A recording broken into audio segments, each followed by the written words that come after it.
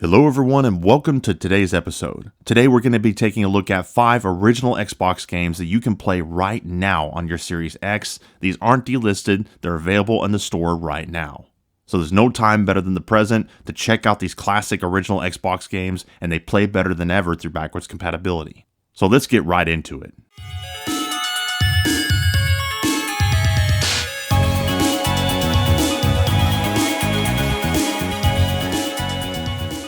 And the first game on our list is going to be Full Spectrum Warrior, released on the Xbox in 2004. Now before we get into breaking down the game itself, we have to talk about the fascinating reason why the game came to be in the first place.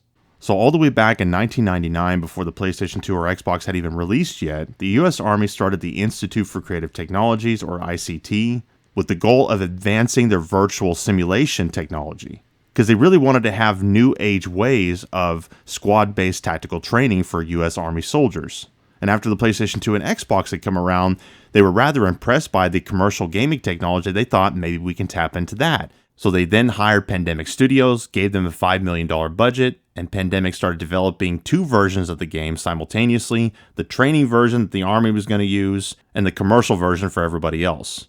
Now, originally they had the PlayStation 2 platform in mind to develop this game on, but ultimately ended up having to go with the Xbox, not only for the fact that it had far superior hardware numbers, but the fact that it's an American-made product versus foreign, which is the Department of Defense's general policy of trying to stick with domestic products, especially to do with any sort of training material. Now, the reason they didn't just make a standalone training version was due to Microsoft's policy. They needed to make a full-fledged game that could be commercially released. Now, obviously, the Army realized that they didn't have the logistics to distribute it anyway, so it worked out for them to release it commercially because they included the training version of the game within the commercial game, which is unlocked by a secret cheat code. Now, it's a very inferior version of the game. It's bare bones, and it's not really a good way to play it, but it is there as an interesting Easter egg.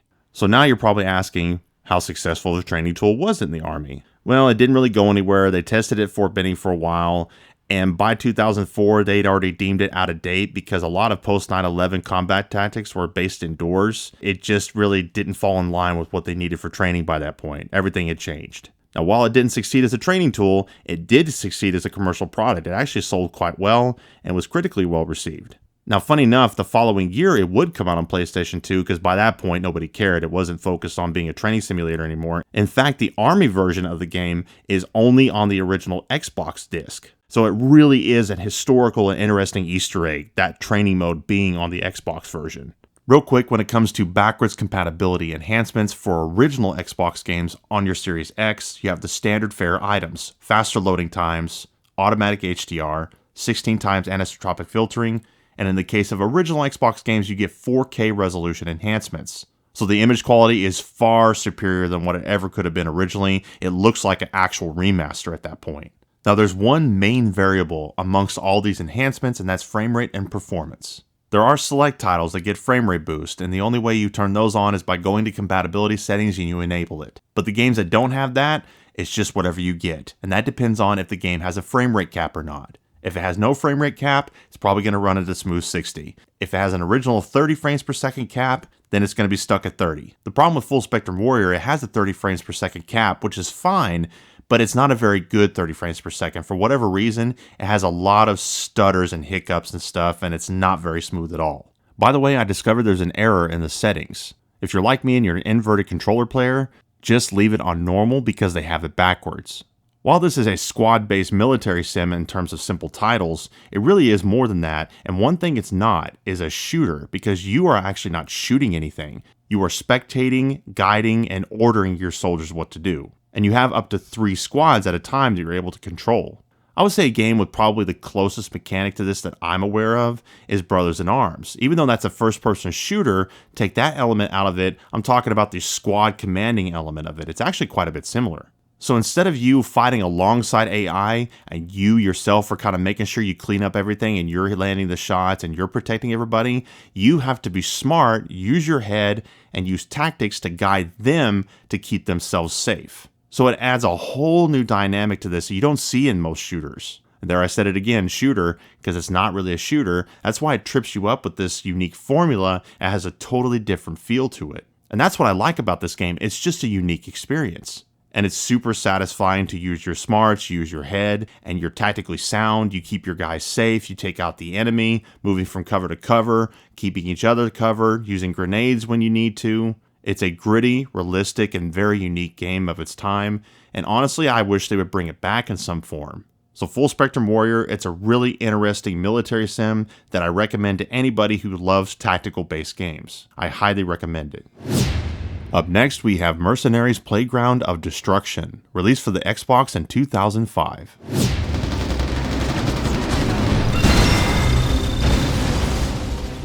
Yet we have another title from Pandemic Studios, and back in the day, large map sandbox type environments were not exactly the norm, so this was one of the earlier pioneers of that type of game. And it does it very well. This is a really fun game. One thing I like about this, because I was stationed in South Korea for a year back when I was in the Air Force, the whole map actually takes place in North Korea, which is very interesting for me because I've actually been to the demilitarized zone where I looked upon real-life North Korean soldiers with my own eyes. One thing I really like about this game, it has an absolutely stellar cast of voice actors. You have Phil Lamar, Jennifer Hale, Peter Stormare, and the really cool addition of Carl Weathers. I didn't even know he was in this game, but I heard his voice and I immediately knew who it was. As the title implies, you play one of three mercenaries. It's either Chris, Jennifer, or Matthias. While I stuck with Chris Jacobs because I like the fact that he can take more damage than the other two, and I love Phil Lamar, the other two characters offer their own features as well. Jennifer's more stealthy and she can understand Chinese, so you're able to actually listen to them directly. And Matthias is faster on foot, and he's fluent in Russian. So each character offers their own dynamic, and at the very least, that gives a lot of replay value. The whole setup in the game is actually really cool. As a mercenary, you can take on missions from whoever you choose. While North Korea is the primary enemy in this game, you have various factions that you're able to take missions from, and I really like the dynamics of that. You're able to choose from the Allies, South Koreans, the Chinese, the Russian mob, and the game actually tracks your positive or negative relationships with them, and you actually are able to go about that as you please. It's really neat to go to all these different groups and do missions for them because you get different rewards. Aside from merely getting paid, you get different weapons and equipment and different things you can call in. So there's a lot of incentive to go around and do everything. It really is in the name Playground of Destruction because it really is a playground. You're able to hop in any vehicle you see. You're able to use any guns you find. As you progress through the game, you have more and more equipment you have access to. You earn money any way you can. It really is just a pretty stupid fun game. In terms of backwards compatibility, it looks really sharp, of course, but it runs at 60 frames per second because the original frame rate was unlocked. And by the way, none of the games on this list have actual frame rate boost, so you're going to be surprised at some of the results these games get without frame rate boost. So unlike Full Spectrum Warrior, which had a pretty spotty frame rate, this runs really fantastic. And honestly, the visuals in their own right hold up really well. I really like the atmosphere of this game as you're running around. Now, one kind of goofy gripe I have is the reticle on the screen is way too high, so it feels like you're almost aiming at the ground in order to hit your target. So if you like sandbox games, side missions, earning money and equipment, and just seeing how much stuff you can blow up, it really is a fun game. You can't go wrong with Mercenaries. I highly recommend it, and it plays fantastic on Series X. And our next title is going to be Panzer Dragoon Orta, released in Japan in 2002 and then released in the West in 2003.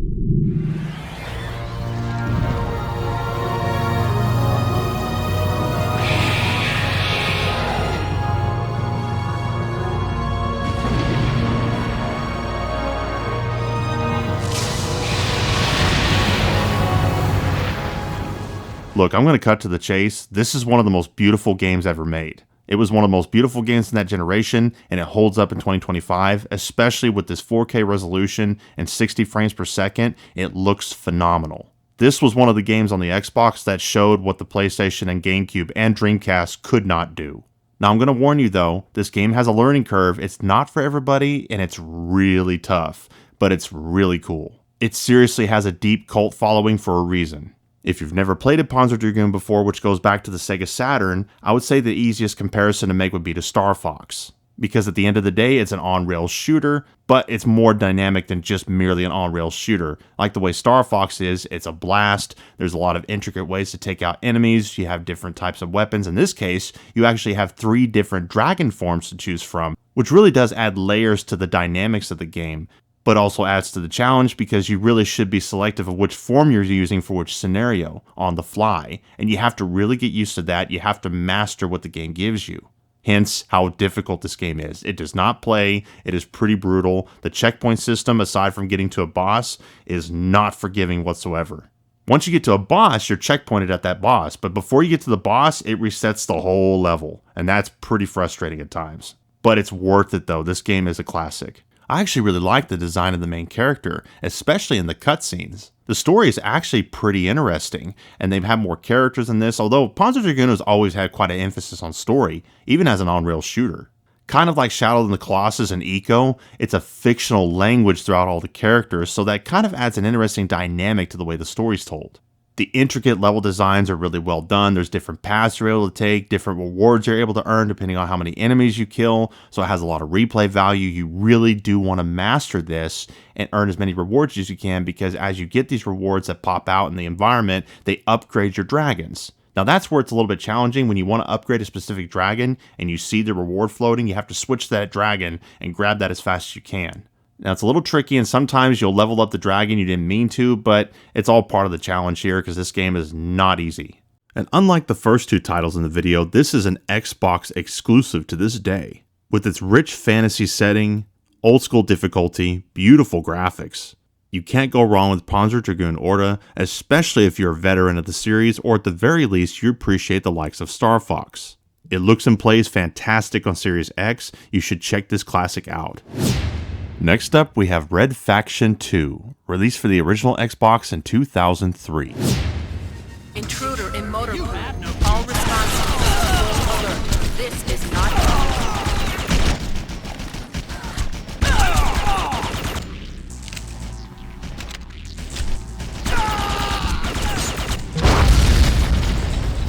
Now obviously the first Red Faction is an absolute classic with the incredible destructible environments, really cool story, that total recall feeling to it. I loved the first game. I played the heck out of it on PlayStation 2. It's a classic. Now the second Red Faction, not quite as good as the first one, but it really is a solid shooter. I was really enjoying myself. Like the first game, it has destructible environments, really solid weapons throughout. I was really enjoying using them.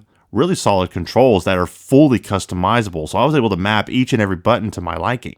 The game actually looks rather impressive, especially through backwards compatibility. It runs at a virtually locked 60 frames per second because the original game had an uncapped frame rate on the original Xbox. Even though it's only in a standard 4x3, it looks really sharp in 4K. So it does look quite a bit like a remaster, similar to the previous entries. Funny enough, after I captured the gameplay for this, I went ahead and fired up my PlayStation 5 version, or rather PlayStation 4 port of the PS2 version on my PS5, line that all up together, just to see the difference between the PlayStation 2 coding of the game versus this Xbox version, and it's quite a bit different. They didn't do anything to enhance that game per se, or at least not very much, even though it has a widescreen, and it looks mostly good in the widescreen. It's not too stretched out. Having said that, the image quality overall looks a lot more muddy, not nearly as clean, and the frame rate runs at only half the frame rate, often dipping below 30. So with the graphics and performance, it's quite a bit inferior. But here's the testament to the game though. Even though I was just checking it out to see the visual and performance difference, I played it for 45 minutes solid because I was just enjoying it again, even though I had just played those levels. So that's actually a really solid testament to how fun this game is. Even the technically slower running inferior version, which it did have good controls by the way, it felt really good regardless, I was still really enjoying myself all over again, so this really is a solid fun game. Whereas the first one felt like Total Recall and how you're kind of a loner and it has a lot of atmosphere and you're working your way through the story, this one is definitely more shoot 'em up than even the first one was. It has kind of a squad feel with these additional characters, and Lance Henriksen talks for the team leader, and he's really cool in this. So it has a very different tone and feel, but not in a bad way, it's just different. Now I'm going to be honest, some of the on-rail shooter segments drag on a little bit too long and there's a little bit too much of them. I prefer it when you're on the ground running around and doing the normal stuff, but it's still very fun. While the weapons in general are solid, I really like the nanotech rifle with its underbarrel grenade launcher, as well as the shotgun with its flame rounds. Really, really cool weapons in this game. And at the end of the day, just playing these first-person shooters from that era really takes me back to that golden era. It was a great time to be a gamer. When I was a teenager, I had a lot of fun. It was always a blast, and it's very nostalgic to revisit these. So Red Faction 2 on Xbox Series X, it's really solid, and you can download it right now. You should check it out. And before we move on to our last title, don't forget to like, subscribe, and comment on the video. I'm excited to hear from you all. And finally, we have Splinter Cell Chaos Theory, released for the original Xbox in 2005.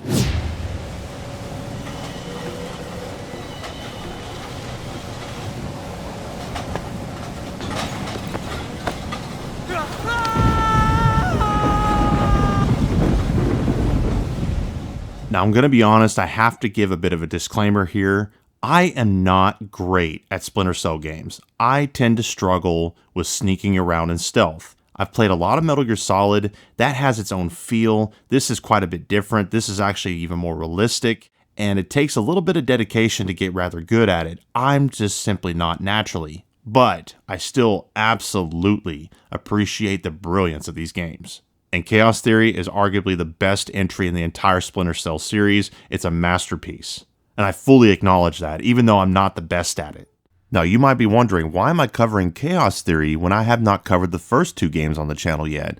That is true, but the reason I'm covering Chaos Theory is because it's not delisted. The first two are delisted on Xbox Live right now. So those are disc only unless you own them digitally. That'll be on another video. But for today, I wanted to focus on games that you can play right now.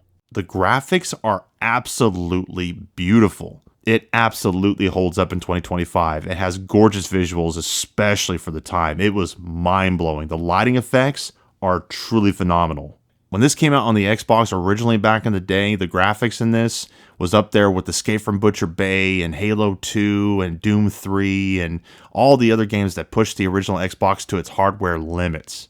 In terms of backwards compatibility enhancements, there's no enhancements to the frame rate. It just runs at 30, but it's a very solid 30 from its original frame rate cap. But the image quality, on the other hand, is a massive bump. It looks fantastic and really shows off the gorgeous visuals. This was the first Splinter Cell to have ragdoll physics, and they really used them very well here. It looks super realistic and detailed. And it adds that dynamic to taking bodies and picking them up and putting them down, throwing them around, and doing whatever you have to do to get rid of them, which I found myself throwing them over cliff sides a lot, which is rather fun. And the thing you have to understand about Splinter Cell, like I had to figure out, you can't go in guns blazing, you don't have the best accuracy, you have to utilize your stealth and environments, you have to play smart. But I commend this game for that because it does it so well. The really intelligent enemy AI, all of the different voice acting across all the NPCs running around and trying to figure out what their patterns are, you're listening to them and waiting for them and you're in the shadows. It's really a sight to behold. And of course you have Michael Ironside as Fisher, which is always phenomenal. The game rewards you for being smart. The game rewards you for being clever. And you really are able to figure out how you want to approach these different situations.